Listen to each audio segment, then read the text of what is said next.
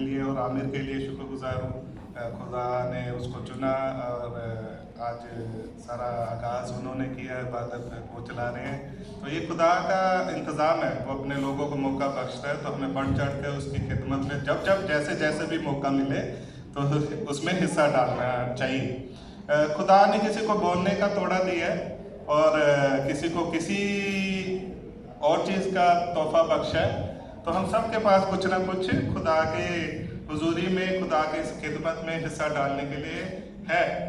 तो अगर कोई किसी तरीके से सालों साल नहीं भी इस्तेमाल हो रहा है तो वो भी ऐसा ना समझे कि वो इस्तेमाल नहीं हो रहा है। जब आप यहाँ आते हैं, दुआ करते हैं, कलीसिया तौर पे दुआ करते हैं, तो आप उसकी खिदमत का हिस्सा है। तो आज का जो हमारा सब्जेक्ट है वो यही है, दुआ। दुआ से हम खुदा की खिदमत में कैसे अपना हिस्सा डाल सकते हैं। एक बहुत खास दुआ है बाइबल में, उसको क्या बोला जाता है? लॉर्ड्स प्रेयर, दुआए रबानी। और आती है सबको मुँह जुबानी, सबको याद है ना, बचपन से, संडे स्कूल से और यूथ में, फिर चर्च में तो हम हमेशा करते हैं और खानदानी दुआओं में भी हमेशा ही याद रखते हैं। तो उसका आगाज कैसे होता है, हम रेफरेंस देखेंगे। दो रेफरेंस हम इकट्ठे निकाल लेंगे। एक तो मत्ती रसूल की इंजील, उसका 6 बाब 9 से 13 आए, और दूसरा लूका रसूल की इंजील, उसका 11 बाब 1 से 4 आए। तो पहले पढ़ेंगे लूका रसूल की इंजील, उसका 1 से 4 आए। तो कोई भी भाई बहन इसके पास खुल चुका है बाइबल का कलाम, वो मदद करे जी। लूका रसूल की इंजील, उसका 11 बाब 1 से 4 आए, और दूसरा मत्ती रसूल की इंजील 6 बाब, उसका 9 से 13 आए।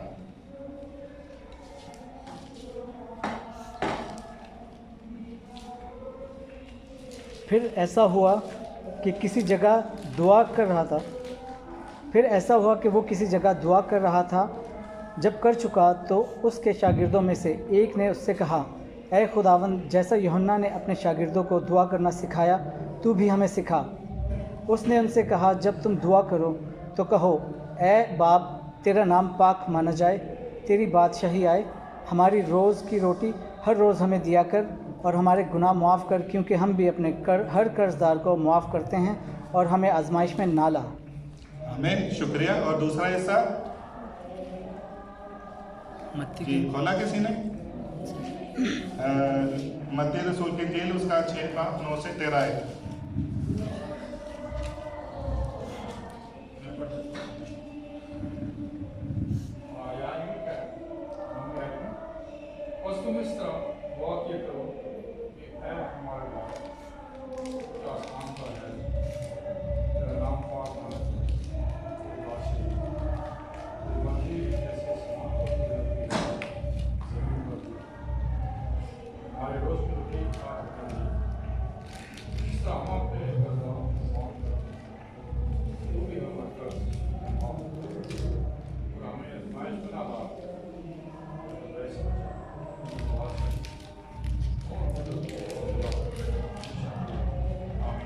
आमीन। खुदा का शुक्र हो इस सुंदर कलाम के लिए। किसको ये आयत और ये हिस्सा मुँह ज़ुबानी याद था कि यहाँ पर दुआए रबानी लिखी है? मत्ती रसूल की इंजील, उसका 6 बाब और 9 से 13 आयत। ईमानदारी से बोल सकते हैं? अच्छा, कितने लोग जब कलीसिया तौर पे या घर पे दुआ के वक्त आता है, पादी साहब बोलते हैं या कोई बोल देता है तो कहते हैं कि दुआ करें, और उसमें झिझक महसूस करते हैं? अभी आप में से सबको दुआ के लिए बोला जाए बारी बारी से, तो कलीसिया तौर पे कर सकते हैं दुआ? ओह हालेलुया, वेरी गुड है। पर फिर भी अगर लगता है कि कुछ हमें अल्फाजों की कमी है, तो आज हम सीखेंगे बाइबल में से कि जो दुआ का फॉर्मेट होता है, बेसिकली जो यीशु मसीह ने खुद, इसको सरमन ऑफ माउंट भी बोला जाता है, पहाड़ी उपदेश बोला जाता है, उसके दौरान ही यीशु ने ये बात करी और चेलों ने उससे पूछा, उसके साथ साथ चलते थे, उसकी खिदमत देखते थे, उसको दुआ करते देखते थे। उन्होंने ही खुद ही उससे पूछा कि हमें दुआ करना सिखा। तो कई दफ़ा हम साथ चल रहे होते हैं, मसीह से बचपन से बढ़ रहे होते हैं, जवानी में बढ़ रहे होते हैं, पर दुआ करना नहीं सीखते। पर जब हम खुल के कहते हैं अपने खुदावन से तो वो सिखाता है। और दुआ तक ही ना सीमित रखे सिखलाहट को। आप कभी भी खुदा को कुछ भी बात कहेंगे वो खुदा सिखाता है। आप कुछ भी कमी महसूस करते, कई दफ़ा मैंने ऐसे ऐसे लोगों को देखा जब बचपन से उन्होंने पढ़ाई लिखाई करी नहीं, वो बाइबल ऐसे अच्छे से पढ़ते हैं क्योंकि जब खुदा को जाना, उसने अपनी ज़िंदगी खुदा को वापस करी, अपने खुदा को नजात हिंदा माना, तो उन्होंने बाइबल पढ़ना सीख लिया। तो होली स्पिरिट ने, पवित्र आत्मा रूह कुदस ने उनको सिखाया पढ़ाई लिखाई, क्योंकि पवित्र आत्मा के पास, होली स्पिरिट के पास, हमारे खुदावन के पास सब कुछ है। सब कुछ है कि नहीं? He is the source of our everything, all and all, हमारे वजूद ही वही है। तो चेले जो उसके साथ साथ चलते थे, इतने बड़े बड़े मिराकल देखते थे, उनके लिए मुश्किल हो गया। उनको भी नहीं मालूम था कि दुआ कैसे करनी चाहिए। कई दफा दुआ वैसे तो जो भी हमारे मन से, रूह से निकलता वही दुआ है, ठीक है ना। माँ बाप बरकत दे देते हैं, वही दुआ है बच्चों के लिए, जैसे भी बोल देते हो वैसे भी। मैं हमेशा ही कहना पंजाबी च कि माँ प्यो दे गाला ते दुध क्यों दिया नाला, उसमें भी बरकत है।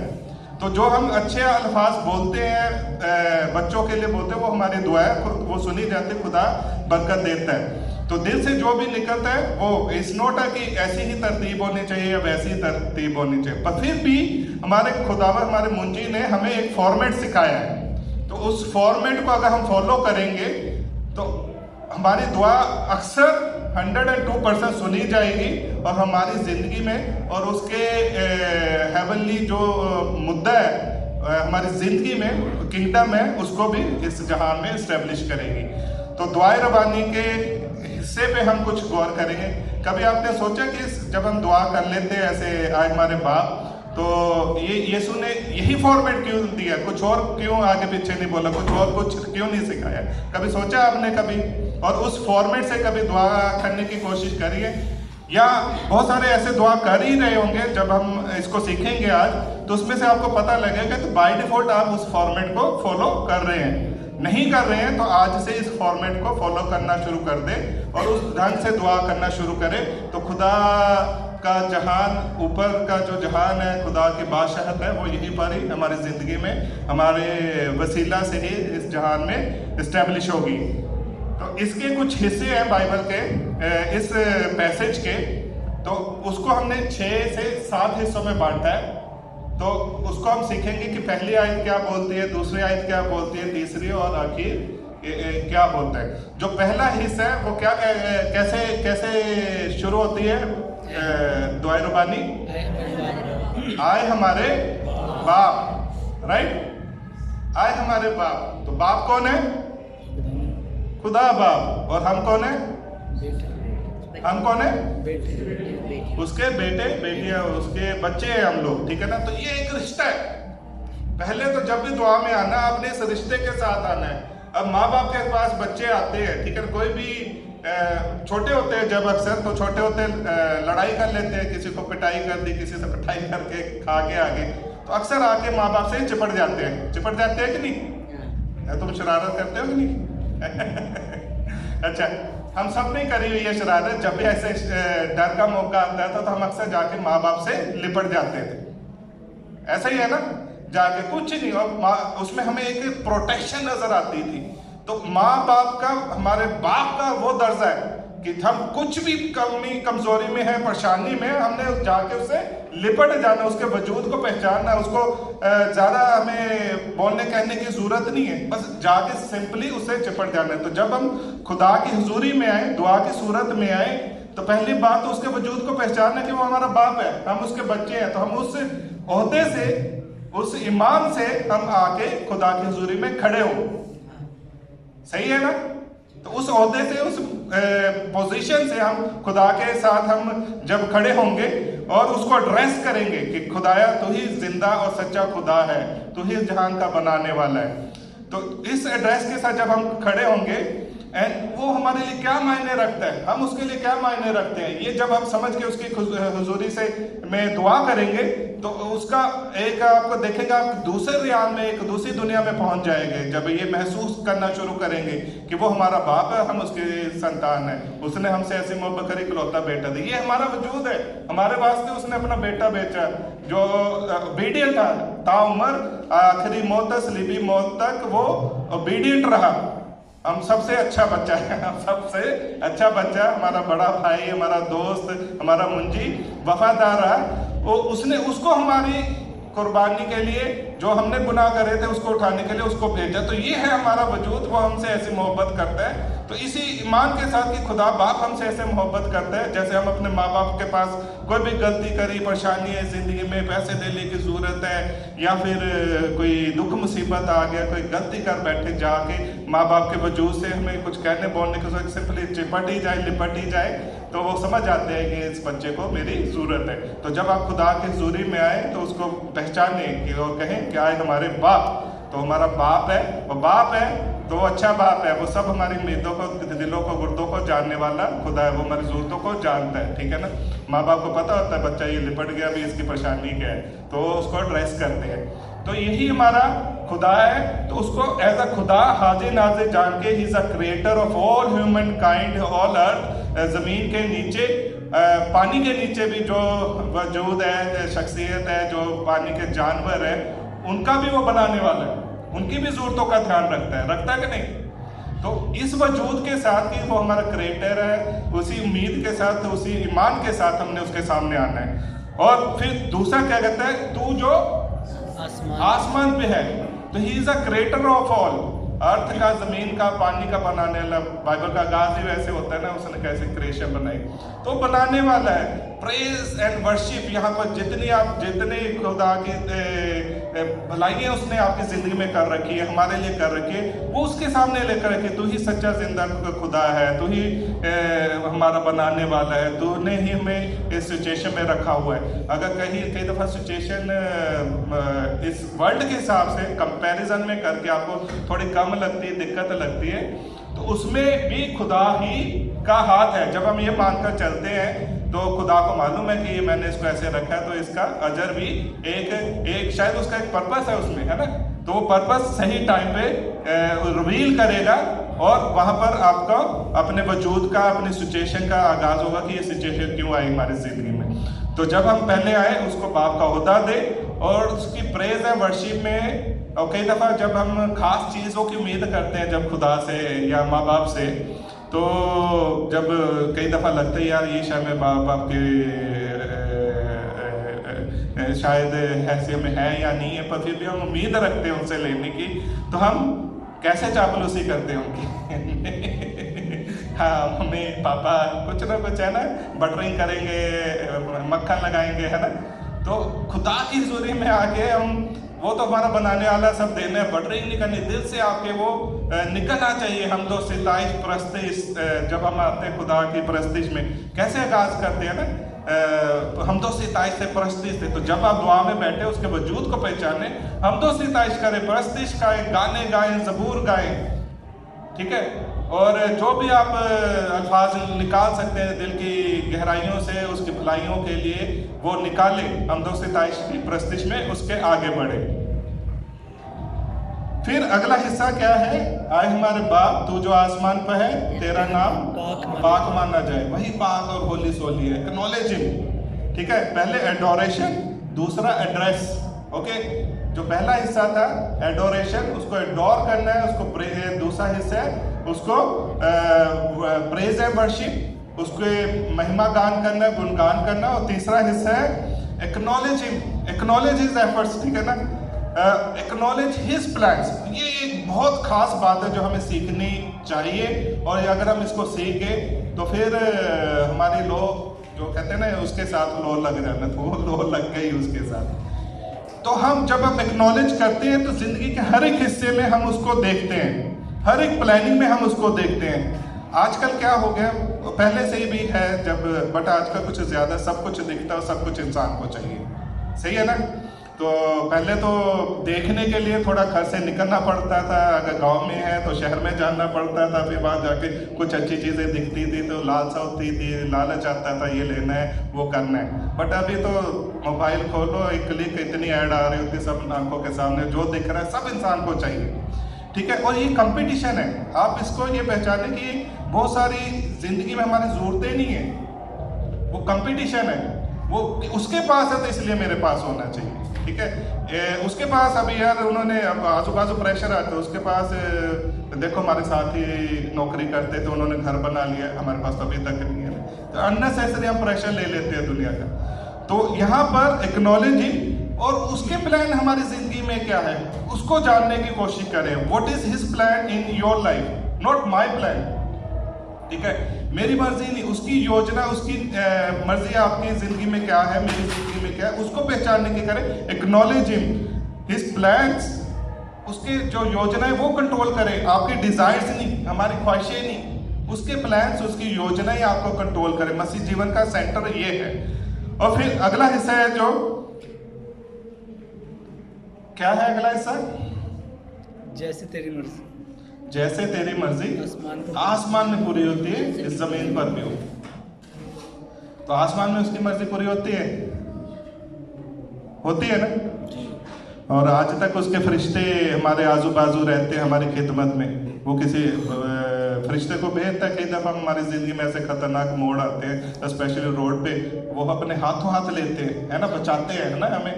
तो उसकी मर्जी आसमान पे हो रही है और इस ज़मीन पर भी हो रही है, ठीक है ना, जो उसकी ताबे हैं वो। अच्छा, इस ज़मीन पर उसकी मर्जी कैसे पूरी हो सकती है?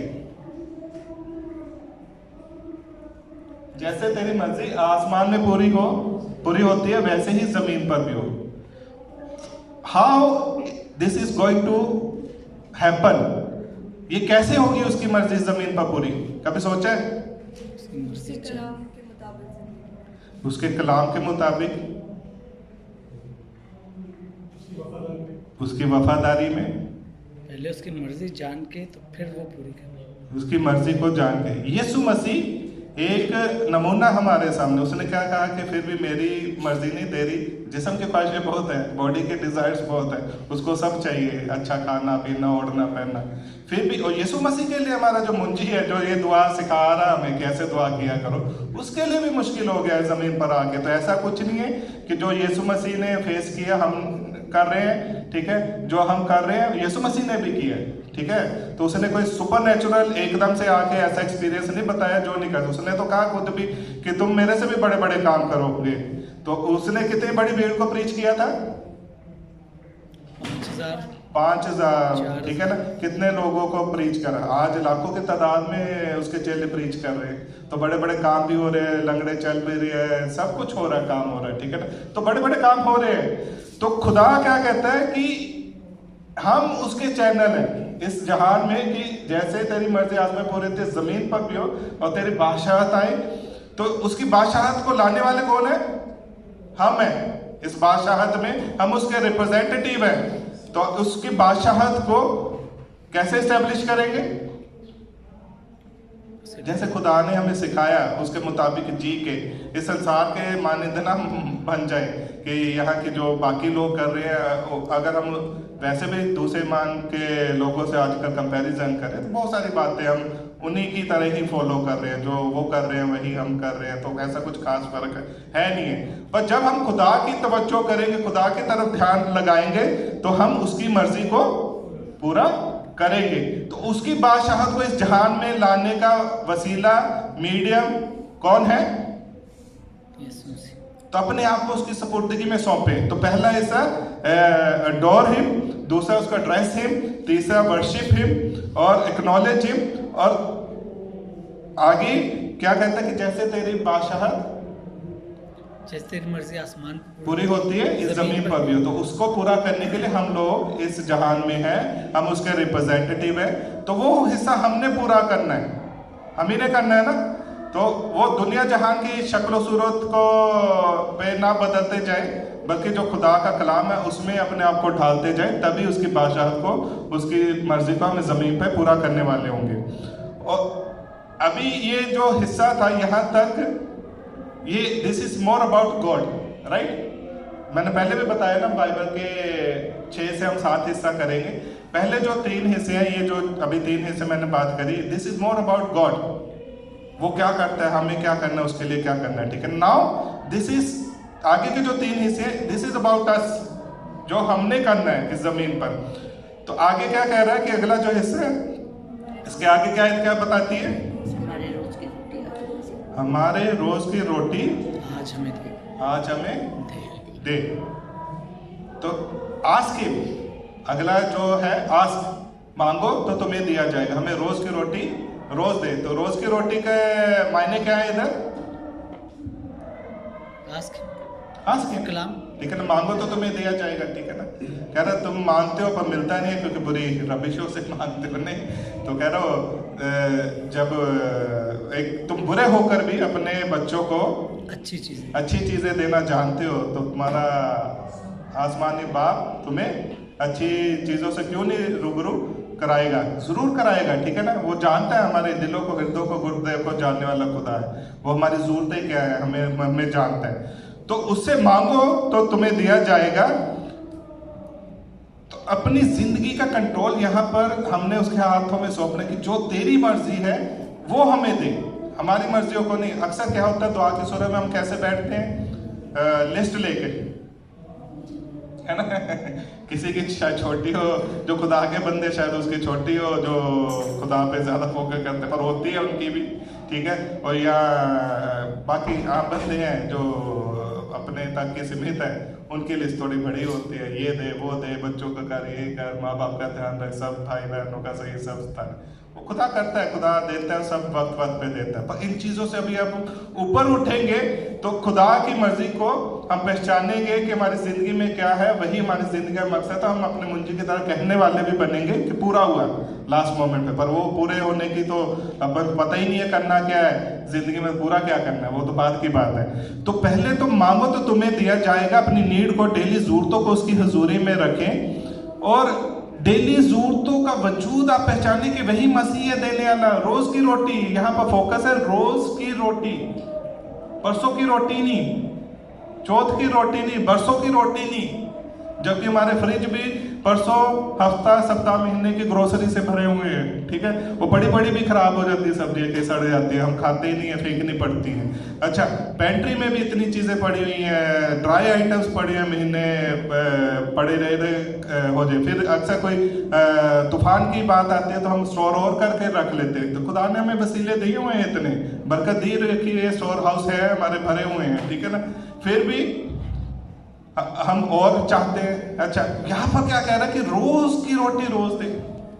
मन्ना दिया उसने जब मिस्री निकले, जब मन्ना दिया तो अगले दिन क्या होता था, खराब हो जाता था।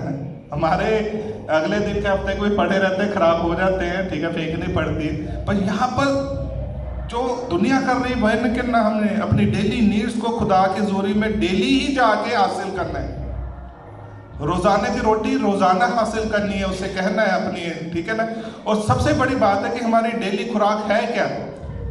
ये तो जो हम रोटी, फ्रिज, पेंट्री भरी हुई है, वो तो जिस्म की खुराक है। तो रोज की रोटी खुदा का कलाम है, यीशु मसीह है। जब हम उसके बदन को हासिल करते हैं, उसके लहू को पीते हैं, वो हमें हमारी रोटी।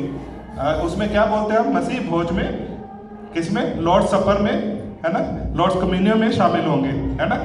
तो ये खुदा का बदन, ब्रेड दी जाती है। तो खुदा का कलाम, खुदा का बदन, यीशु मसीह को डेली अपनी जिंदगी में देखना, उसको हासिल करना है, ऐसा है कि नहीं। तो वो हमारी रोज की रूहानी रोटी है, उसको हासिल करना है। मैं जब खुदा से ये बातें सीखी जवानी में, तो तब से मेरी दुआ जो आए, हमारे बाप की दुआ भी है ना, वो चेंज होगी। एक वर्ड मैंने उसमें एक्स्ट्रा लगाया। एक्स्ट्रा क्या लगाया कि हमारे रोज की रोटी रोज दे। हम बोलते हैं, मैं हमेशा कहता हूँ कि रोज की रूहानी रोटी मुझे दे, क्योंकि डेली वो देता है। डेली 3 टाइम की खा के 5 टाइम भी खा लेते हैं, वो नजर आ ही रहा है ना।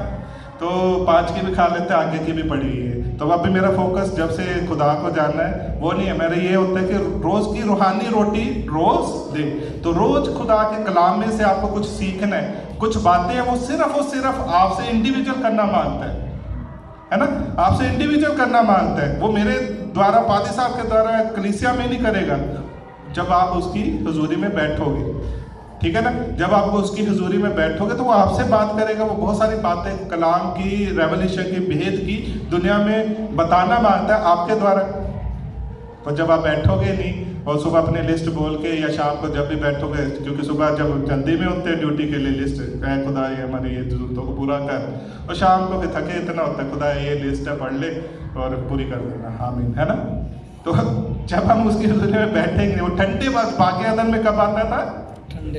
ठंडे वक्त के साथ घूमता फिरता था, बातचीत करता था, ठीक है ना।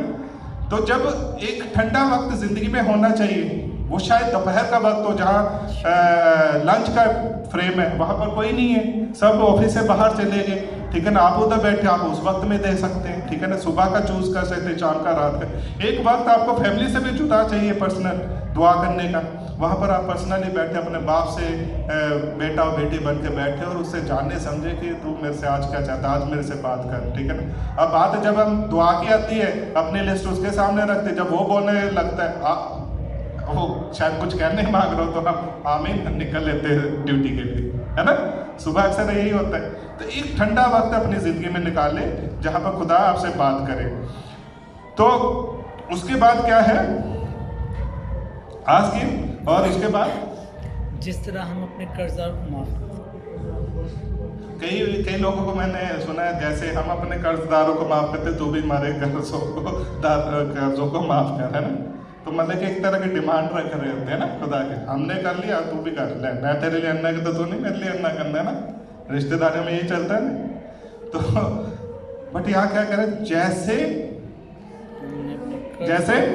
जैसे हमने अपने कर्जदार को माफ किया है। अच्छा, यही एक आयत है, यही एक हिस्सा है जो कंडीशनल है ना, कंडीशन रखी है यहाँ पर।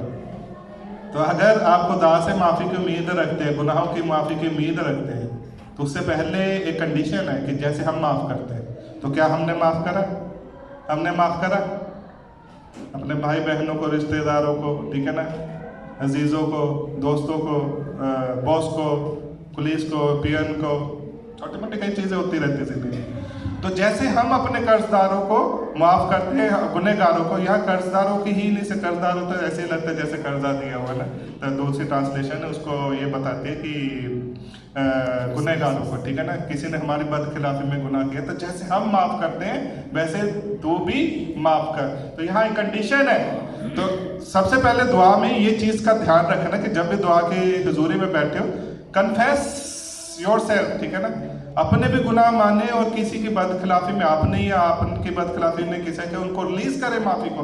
माफ़ी अपने जख्मों को भरती है, दूसरों के जख्मों को नहीं। माफ़ी अगर नहीं करेंगे तो वो जख्म हमारे लिए नासूर बन जाएगा। 1 साल 2 साल 3 साल 20 साल वो नासूर मैच्योर हो चुका है, कैंसर बन चुका है, वो तड़पाएगा, खराब करेगा, और 10 साल 20 साल में वो सिचुएशन वही है, आपके मुंह से वो निकलेगी और बदतर होगी सिचुएशन। तो माफ़ी आपके नासूर को भी हील कर सकती है, अपने लिए है। तो जैसे हम अपने कर्जदारों को माफ़ करते हैं, यहाँ कंडीशन है, वैसे ही तो भी हमारे कन्फेस योर सिंस, ठीक है। यहाँ पर अपने गुनाहों को माफना है दुआ में। जब पहले 3 हिस्से खुदा की बादशाहत को आने देना, खुदा के वजूद को पहचानना है, अपनी नीड को रखना है, नीड को भी रखना, खुदा की नीड को भी समझना कि उसकी हमारे से क्या उम्मीद है, और फिर उसके बाद अपने गुनाहों को मानना है, कन्फेस करना है खुदा की हुजूरी में। खुदाया आज मेरे से ये गलती होगी। आप वैसे भी सबको मालूम है, आज मैं सुबह उससे ऊंचा बोल पड़ा, घर से निकला, बीवी से अच्छा से नहीं बोला, या बच्चों को डांट दिया, जल्दी में था, मिनट्स तैयार करने थे जॉब के, वो चीज़ लेनी थी, है ना, फिर ड्यूटी पे जाके आज किसी मिसबिहेव कर दिया ना। सबको सब डे रूटीन में सबको अपने आप पता होता है कि आज मैंने क्या किया। तो जब आप खुदा की हुजूरी में आते हैं, जब ये फॉर्मेट फॉलो करते हो, उसमें अपने गुनाहों की माफ़ी का भी अंगीकार करना है। कन्फेस योर सिंस, अपने गुनाहों को माने, डेली के गुनाहों को, डेली की माफ़ी को हासिल करें। तो खुदा तो अजीम है, वो तो माफ़ करता ही है, करता है ना। तो हम डेली उससे माफ़ी मांगते हैं कि नहीं? या सिर्फ खुदा के घर में आके इकट्ठे होके दुआ कर लेते हैं, शायद वही माफ़ी है। ये भी एक माफ़ी है। कलीसिया तौर पे भी हम बहुत सारे मिशन से चूक जाते हैं, गुनाह हो जाते हैं, कलीसिया तौर से भी हमारे, शायद जो कलीसिया तौर पे हमारी जिम्मेदारी उसको नहीं पूरा कर पाए, पर जब हम पब्लिकली करते हैं, बट इंडिविजुअली जाके उसको करना है। फिर अगला हिस्सा क्या है? हमें आजमाइश में न पड़ने दे, हमें आजमाइश में न पड़ने दे, बल्कि बुराई बुराई से बचा, है ना। खुदा क्या हमें आजमाता है, हमारी टेम्पटेशन लेके आता है। खुदा कहता है यहाँ करके हमें आजमाइश में न पड़ने। क्या खुदा आजमाइश में डालता है? क्वेश्चन है आपसे, डालता है खुदा? है? तो यहाँ क्यों लिखा है कि खुदा, है ना, हेल्प के लिए कि अगर कोई टेम्पटेशन आए तो उसमें न पड़ने दे, है ना, हमें आजमाइश में न पड़ने दे बल्कि बुराई से बचा। हम आजमाइश में पड़ते हैं अपनी ख्वाहिशों से, बुरी रविशों से, है ना। जैसे यीशु शैतान हवा के पास गया, आदम के पास गया, है ना, तो वो आजमाइश में पड़ गए अपने वजूद से। उन्होंने थोड़ा सा उसका सुना ना, तो अपनी रविश से, अपनी मर्जी से वो उस गुनाह में आजमाइश में पड़ गए और आज तक भुगत रहे हम सब लोग। यीशु मसीह के पास भी ये सिचुएशन थी, कंगूरे पे ले गया ना, मंदिर के ले गया, तो वहां से क्या कहता है, तो उसको भी आजमाया है ना। पर यीशु ने क्या कहा? लिखा है कि तू अपने खुदा की आजमाइश न कर, है ना। यीशु ने क्या कहा? कह रहा है शैतान दूर हट, क्योंकि लिखा है। कहाँ लिखा है? कलाम में। उस वक्त भी बाइबल थी कि नहीं जब यीशु था? कलाम तब भी था, बाइबल थी, पुराना ऐतनामा था, और यीशु मसीह खुद ही कलाम है ना। तो अभी तो यीशु मसीह की भी बातें हमारे पास है। तो हम शैतान का सामना, आजमाइशों का सामना कलाम से ही कर सकते हैं और कोई वसीला नहीं है। तो दुआ की सूरत में आए, कलाम भी पढ़े और कलाम को क्लेम करें। उसके वायदे, बहुत सारे ब्लेसिंग्स हैं, है ना, जिसको हम क्लेम कर सकते हो शैतान को। ए शैतान दूर हट, कलाम पढ़ेंगे तो हमें समझ में आएगा कि किस सिचुएशन से कैसे उसको हटाना, बीमारी से, परेशानी से, धन दौलत से, है ना, किसी भी तरह की आजमाइश, लालसा, वासना, अडल्ट्री, है ना। तो जब हम कलाम में पढ़े रहेंगे, दुआ करते रहेंगे, तो वो हमें सिखाता जाएगा हमेशा और हम बचे रहेंगे। तो इसलिए कलाम का पढ़ना, दुआ में रहना बहुत जरूरी है। तो request him for always heavenly protection, जो छठा हिस्सा था कि always look for his divine protection, divine security, divine defence, right. तो ये लास्ट के 3 हिस्से थे, वो हमने करना है, ठीक है ना। Always look for his divine safety, security, protection, और यही आपको बचा सकते। बहुत सारी जगह पर खुदा आपके साथ देता है, सड़कों पे चलते हुए अजीब हादसों से बचा देता है, आपके आजू बाजू हो जाता, बच जाते हैं, आप शेयर भी करते हैं, हमने गवाहियां भी सुनी है। तो खुदा बचाता है, तो यही उसकी डिवाइन प्रोटेक्शन हमेशा दुआ की सूरत में हम देखते रहे। अच्छा, जो हम दो पहले हिस्से हैं खुदा की परस्तिश, और अगला हिस्सा है कि हमारी जिम्मेदारी है, ठीक है ना, हमने क्या करना है। पहले 3 हिस्से खुदा के बारे में है, जो अगले 3 हिस्से वो हमारे बारे में कि हमने क्या। जो पहले हम परस्तिश के लिए अगर हमें अल्फाज की कमी पड़ जाती है, तो वो हम ज़बूर पढ़ के, वो बहुत सारे ज़बूर हम दो सिताइश परस्तिश ही है सारी, है ना, उसको सीखे, उसको इस्तेमाल करें, ठीक है ना, हम दो सिताइश परस्तिश करें। और दूसरा हिस्सा जो हमने करना है वो प्रोवर्ब्स, कहावता, नीति वचन, उर्दू में क्या बोलते हैं, मिसाइल, जो भी है, ठीक है ना, उर्दू में। तो जो प्रोवर्ब्स है वो इंसान को क्या करना, हमें क्या करना, वो सिखाता है, ठीक है ना। तो उसमें अपनी जिम्मेदारियों को दोस्तों के साथ, बहनों के साथ, भाई के साथ, माँ के साथ, सास के साथ, दुनिया के साथ, बॉस के साथ, सब जिम्मेदारियां बोले, तो हमने क्या करना है वो हमें मालूम है उसमें। तो ये दोनों बैलेंस होके चलते हैं, प्रोवर्ब्स एंड ये। तो अभी हमें अपने वजूद को इसमें से पहचानने के जो पहले 3 हिस्से हैं, खुदा कौन है, उसके बारे में, उसके वजूद के, और अगला हिस्सा कि हम कौन है उसके वजूद में, अपने वजूद को पहचान के इस ऑर्डर से कि पहले एडोरेशन खुदा की हुजूरी में आए, उसके प्रेज हम लोग सिताइश से शुरू करें और फिर उसको एक्नॉलेज करें, फिर उसके अपनी डिमांड रखें, ठीक है, फिर अपने गुनाहों को माने और फिर उसकी डिवाइन प्रोटेक्शन की बात करें। जब ये सब हो गया तो लास्ट में क्या आता है? लास्ट में आए क्योंकि बादशाह कुदरत और जलाल हमेशा, कुदरत के लिए इंग्लिश में लिखा है पावर, ठीक है ना। तो कुदरत में भी एक पावर है, ताकत है ना, जो नेचर भी है उसमें भी एक खुदा की पावर दिखाई देती है। और वैसे भी सारी पावर है, प्रिंसिपैलिटीज खुदा के ताबे में है। अंधकार की ताकतों पे भी खुदा का कलाम विक्टोरियस है। तो तेरा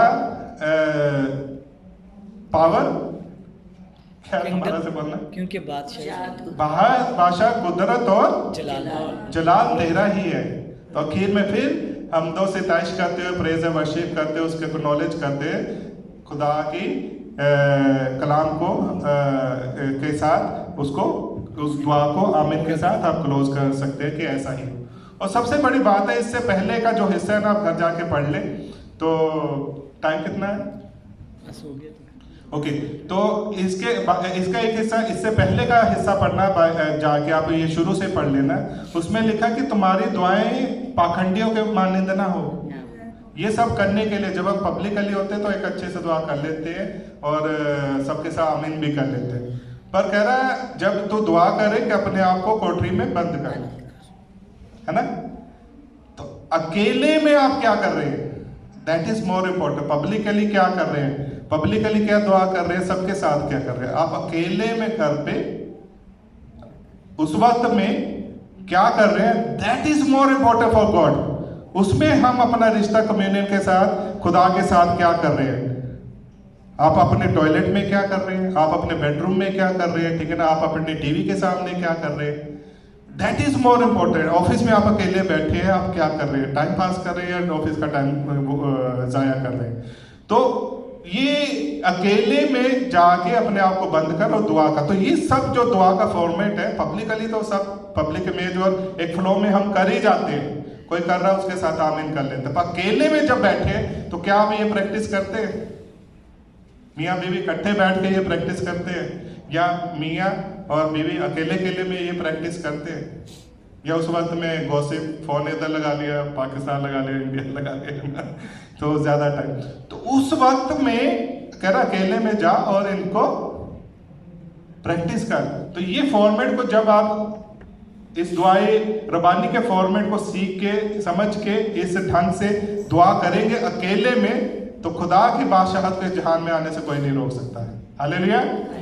तो यही खुदा का कलाम है और यीशु मसीह इसी वास्ते आया कि खुदा की बादशाहत को इधर जाहिर करे। और हम बोलते हैं ना दुआ में या गाने के सूरत में, तेरे क्रूस को ले लेता हूँ। तो ये हम यीशु के क्रूस को ले सकते हैं, ले सकते हैं यीशु के क्रूस को। यीशु ने हमारे गुनाहों के वास्ते क्रूस उठाया, अब क्या हम उसका क्रूस फिर दोबारा उठा के हम उठाएं जब उसने उठा लिया, ठीक है। तो क्रूस का मतलब यही है कि हमारे गुनाहों की माफी हो चुकी है। यीशु का जो मिशन था वो हमारे गुनाहों को उठा चुका है, वो माफ हो चुके हैं। हम उसके वजूद को पहचानते हुए जो हमारे काम है करने वाले, दुआ के वसीले से इस दुनिया में बेदारी को लेकर आना, वो करें। हम घरों की रूटीनों में इससे जरा ऊपर उठे और अपने आप को दुआया सूरत में ज्यादा ढालने की कोशिश करें। तो इस कलीसिया में भी बड़े बड़े काम देखेंगे आपकी दुआ के वसीले से। यहाँ से बैठे बैठे अपने आप लोग भी ऐड होते जाएंगे, क्योंकि आपकी बातचीत में वो नजर आएगा, आपके जहाँ काम कर रहे हैं वहां पर नजर आएगा। तो लोग खुद ब खुद ही आपसे दुआ करना शुरू करवाएंगे, तो आप ही उनके लिए बरकत वाइस टायर होंगे। तो ये एक दुआ का फॉर्मेट है जो हमेशा याद रखें कि पहले एडोर हिम, ठीक है, address him, then worship him, acknowledge him, ask him, confess your sins and request him your needs, and finally ask for his divine protection. Hallelujah. खुदा आप सबको बरकत दे। एंड मैं एकदम फिर शुक्रगुजार हूँ खुदा की इस बड़ी बरकत के लिए। और इंतजाम कमेटी के लिए। आइए हम अपने आप को दुआ की सूरत में रखें। शुक्रगुजार है खुदावंत इस मुबारक दिन के मुबारकबाद के लिए, खास तौर से खुदावंत तू सच्चा जिंदा है खुदावंत, तू ही सब कुछ करने वाला है, तू ही हमारा जिंदगी का आधार बेस है खुदावंत। हम शुक्रगुजार है खुदावंत इस कलीसिया के लिए, सारे लोगों के लिए, वादी साहब के लिए, खास तौर से उनके लिए दुआ मांगते हैं, उनके खानदान के लिए, उनकी जिम्मेदारियों के लिए, अपने आसमानी कुव्वत दे, ताकत दे, रिसोर्सेज दे खुदावंत। सारे इंतजाम कमेटी को खुदावंत एक मिशन फील्ड खुदावंत विजन से दे, जो इस कलीसिया तक नहीं बल्कि इस कलाम को बाहर तक लेके जाने में भी मदद हो। इस ईमान के साथ खुदावंत जो दुआ को तूने सिखाया कि तेरे चेलों ने पूछा कि दुआ करना सिखा, और तूने ये दुआ हमें सिखाई, और इस दुआ के वसीले से जब हमने इससे करके ये सीखा तो इस वसीला से हम बरकत हासिल करें और अपनी दुआओं को चेंज करें खुदावंत, और इस फॉर्मेट को फॉलो करें और तेरी आसमानी बादशाहत को अपनी ज़िंदगियों के वसीला से खुदावंत इस जहान में जाहिर करने वाले। इस ईमान के सारी कलीसिया को, पादे साहब को, उनके ख़ानदान को, इंतजाम कमेटी को, हम सब अजीज जो बैठे हैं, जो नहीं भी हैं खुदावंत, सबके अजीज़ों को जो किसी दूरी फासले पर है, सबको, रोज़गारों को, सेहतों को तेरे पाक लहू से ढकता हूँ, पाक फरिश्तों के वाले करता हूँ, और चाहता हूँ हर वक्त हर हालत में आप ही की मर्जी पूरी हो, और अपनी मर्जी को समझने के लिए अपने आसमानी कुव्वत दे, ताकत दे, समझ दे। खुदा यीशु नासरी के नाम से।